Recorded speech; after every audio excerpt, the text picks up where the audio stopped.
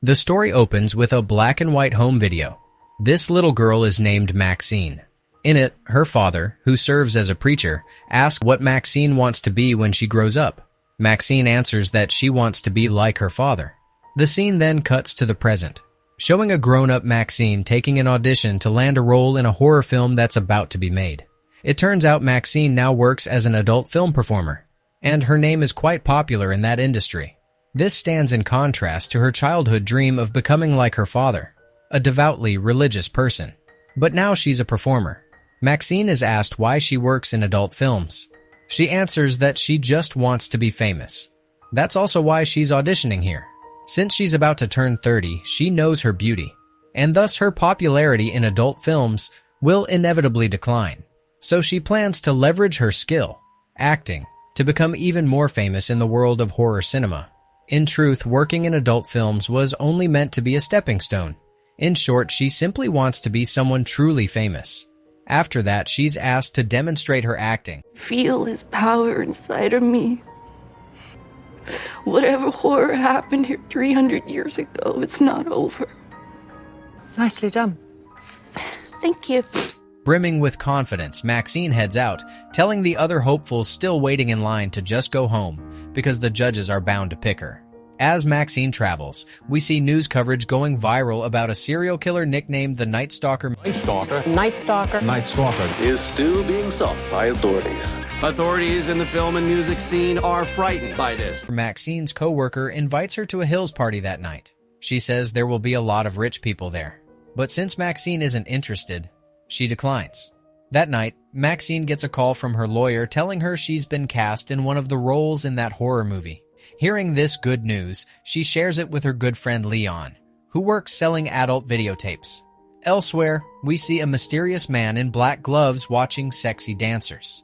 At first, you'd think he's aroused, but in fact he isn't. What rises is his temper. Back with Maxine, she's waiting for her friend who asks Maxine to wait because she's afraid to walk alone at night.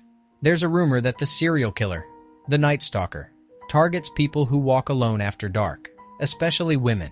After she arrives, she invites Maxine to hang out on a hill, saying it's the best spot to chill.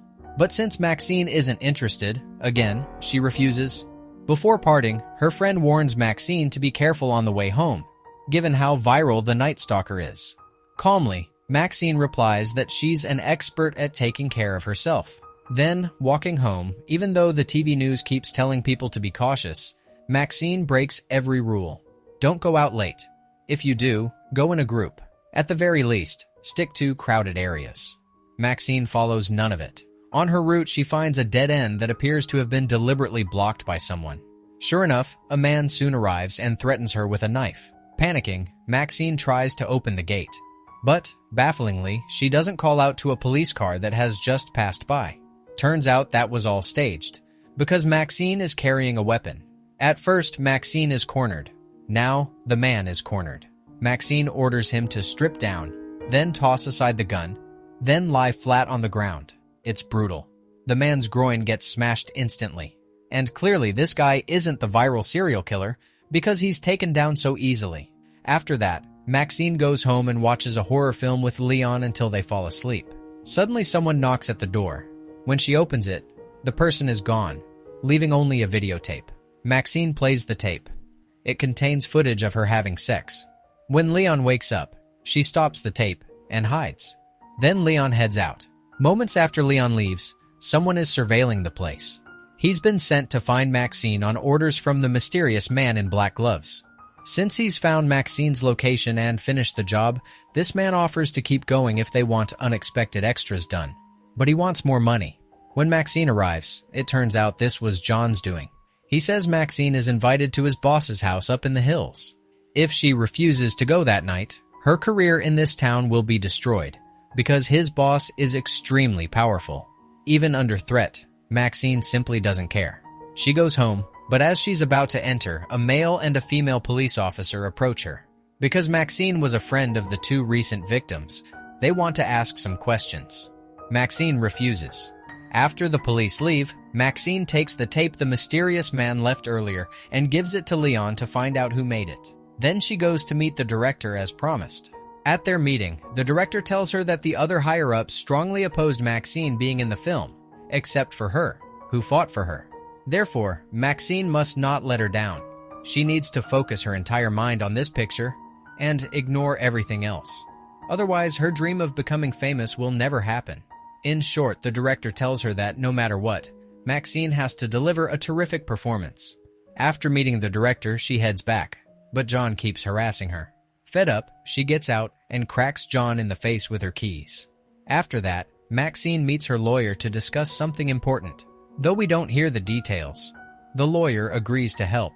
Whatever it is, the lawyer says he'll handle it. Maxine just needs to focus on the movie. At Leon's workplace, he's just closed the shop when he's attacked from behind by the man in black gloves. Tragically, Leon is killed by that man. The next morning, Maxine is awakened by a ringing phone. It's her lawyer. They talk briefly, until Maxine hangs up after noticing a commotion near her home. When she goes down, she breaks down. Because the person who died is Leon, the person closest to her. After that, Maxine is questioned by the male and female officers.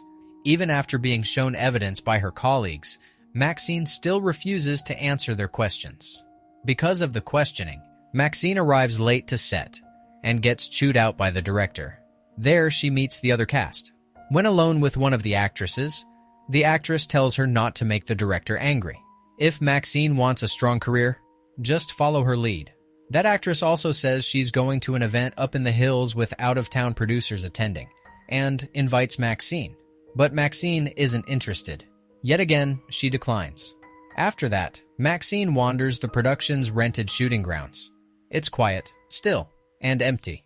Suddenly, John appears for payback, this time intending to end Maxine's life. A chase ensues until Maxine ducks into a house. She's nearly caught, until a security guard passes by and catches John, allowing Maxine to escape. Afterward, Maxine meets the director. She tells her this movie matters to her too, so she must be laser-focused on it. Whatever troubles she has outside the film, she doesn't care. She needs to get rid of them. Maxine replies that's exactly what she plans to do. Whatever she's thinking, she heads to a party, where John also happens to be. Of course, John spots Maxine and gives chase, but Maxine slips away first and hides in a restroom. He opens the stalls one by one, slowly, methodically, only to find nothing. He realizes Maxine climbed out the window. He slips out the back door and, there she is. Maxine is waiting for him, with her lawyer. What's up, bro? Maxine wanders for a while and ends up in a room playing a video from her childhood. There's a middle-aged man in it, who turns out to be the serial killer, the Nightstalker. The biggest shock, he's Maxine's father. He's been looking for Maxine for years. He says Maxine has strayed too far. So far, she became an adult film star. That's why he's been searching, to steer her back to the righteous path. Here, he isn't angry at Maxine. He's angry at those who influenced her into the industry. After speaking his piece, he declares it's time for an exorcism. Just as he's about to brand her with a heated iron, the male officer intervenes. When one follower tries to shoot the male officer, the female officer arrives and backs him up. Seeing his frightened followers, Maxine's father rallies them, reminding them to think of their children who became victims. It turns out Maxine's father's followers are parents of adult film performers. They can't accept that their children entered the industry and blame those who influenced them. With their purpose rekindled, the followers go berserk, and everything spirals. A firefight breaks out between the two sides. Maxine's father takes a bullet, and the branding iron slips and lands on his clothing, setting him on fire. Though not for long, as he plunges into the pool. Maxine flees while chaos rages around her. Miraculously, she's okay. After freeing herself, she quietly heads for the exit, but near the pool, a follower grabs her, and an underwater knife fight erupts. Maxine wins. She's told to stay put because help is on the way, but she ignores it, following the female officer while carrying the gun she found. When she reaches the hillside emblazoned Hollywood, 2 shots ring out. At the source, the male officer lies wounded from Maxine's father's attack. The female officer orders Maxine to tend to him while she goes after Maxine's father. Soon, the male officer sadly dies from his grievous wounds. 2 more shots echo. Slowly, Maxine approaches and is shocked when the female officer staggers into view with a cross embedded in her eye. She manages to say she shot the preacher. The female officer collapses, passing out, and Maxine goes to her father, who is now dying. There, he only apologizes and says he failed to raise Maxine.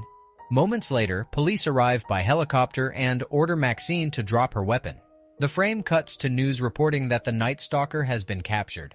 The person who caught him is Maxine. She's invited on a talk show alongside her lawyer to discuss the horror film and her heroic act capturing the serial killer, who was her father. From this incident, Maxine goes viral and her name explodes everywhere, just as she dreamed. But it turns out this is only her imagination. In reality, she's still here with her father, telling him she didn't fail. Maxine then kills her father. Divine intervention. After that, time jumps to the next day, showing Maxine and her filmmaking friends saying a prayer before the final shot of their horror film. Regarding last night's events, Maxine walks free because she was the victim, and the wanted serial killer is dead. He was Maxine's father. All of Maxine's problems are resolved, and she can focus solely on making the film. We then see Maxine chatting with the director while they watch the final shot, a prosthetic facial cast of Maxine being used on set, and the film ends. If you like this video, don't forget to subscribe. Because by subscribing, you have supported me to make better videos. See you in the next video.